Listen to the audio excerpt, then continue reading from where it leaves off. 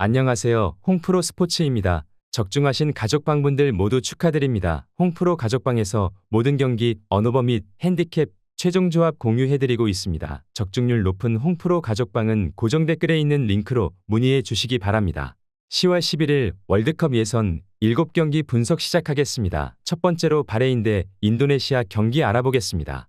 먼저 바레인은 승점 3점으로 조 3위를 달리고 있다. 조 최하위권에 머물 거란 예상과 달리 첫 경기에서 호주 상대로 원정에서 승리했다. 그러나 다음 홈 경기에서 일본에 5실점하며 완패했다.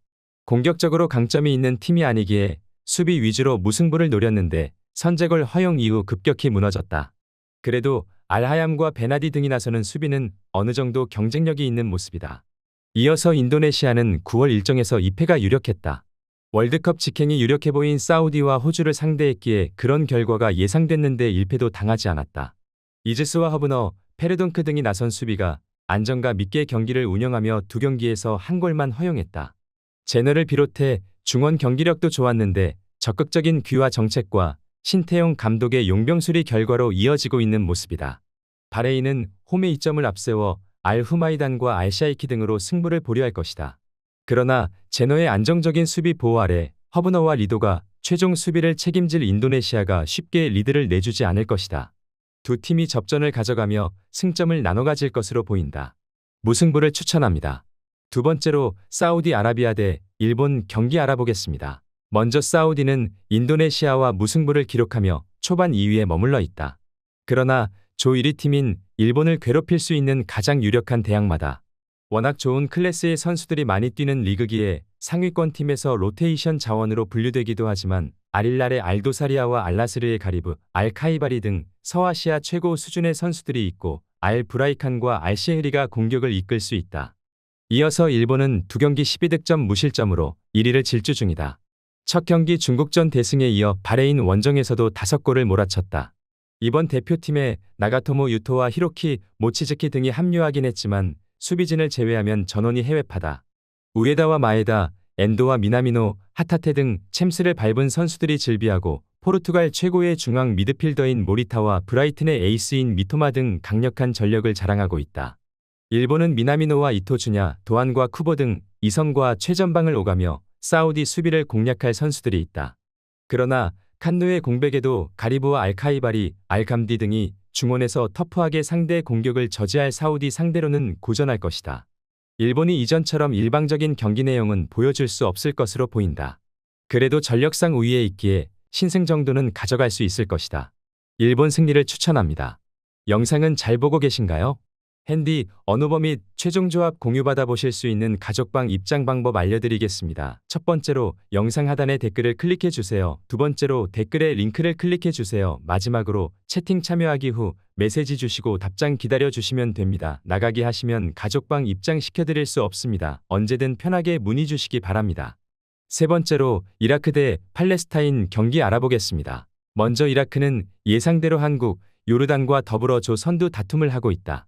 쿠웨이트 원정에서 무승부를 기록하긴 했지만 오만 상대로 승리했다. 알 아마리와 알 아자이 등 공격 전개는 물론 수비력도 빼어난 더블 볼란치가 워낙 경기를 잘 풀어줬고 하킴 키퍼도 수차례나 위기에서 팀을 구해냈다. 비록 이 경기에는 중앙 수비수인 술라카가 결장하지만 타흐신과 후세인 알리 등이 공백을 메울 수 있다. 이어서 팔레스타인은 첫 경기에서 한국 상대로 승점을 따냈다.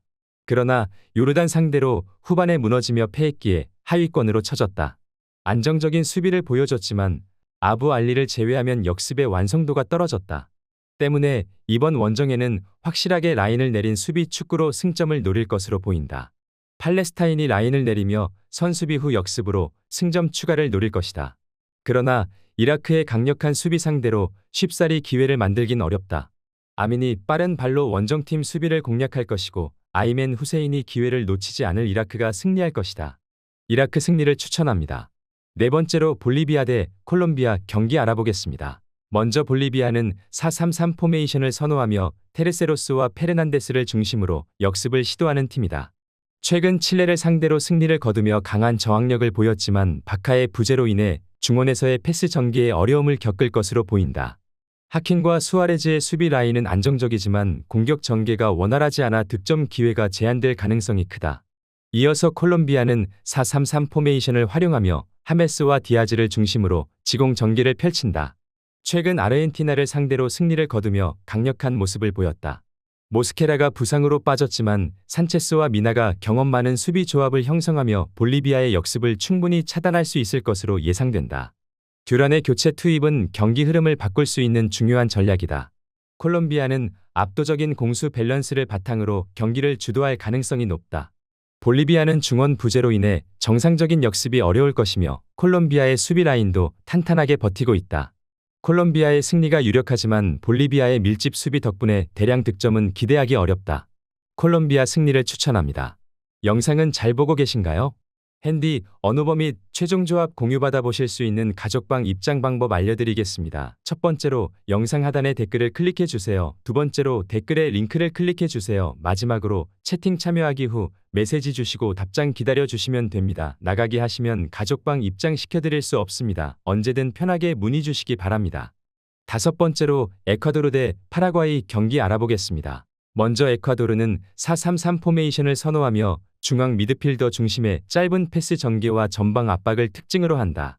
최근 파라과이전에서 승리하며 수비와 중원의 조화로운 플레이를 선보였다.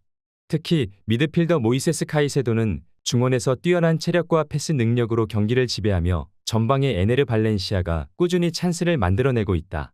에스투피런의 측면 오버래핑도 공격 전개에 중요한 역할을 하고 있으며 전체적으로 빠른 템포의 경기 운영을 선호하는 팀이다. 이어서 파라과이는 4-3-3 포메이션을 바탕으로 안정적인 수비와 빠른 역습을 중심으로 하는 전술을 구사한다.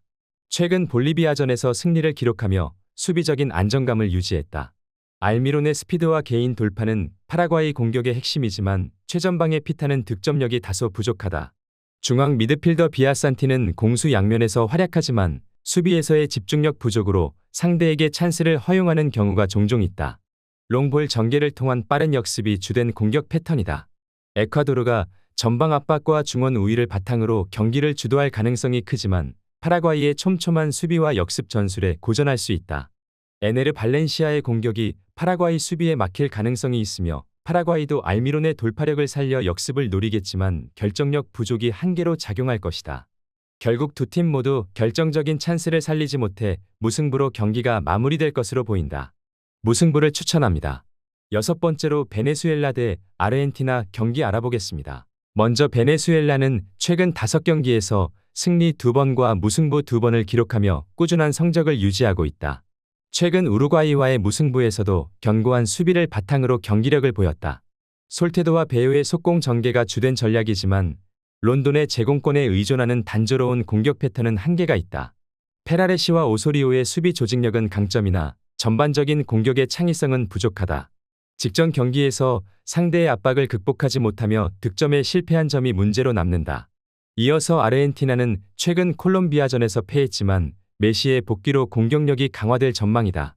라우타로와 훌리안의 호흡이 좋고 전방에서의 연계 플레이가 기대된다.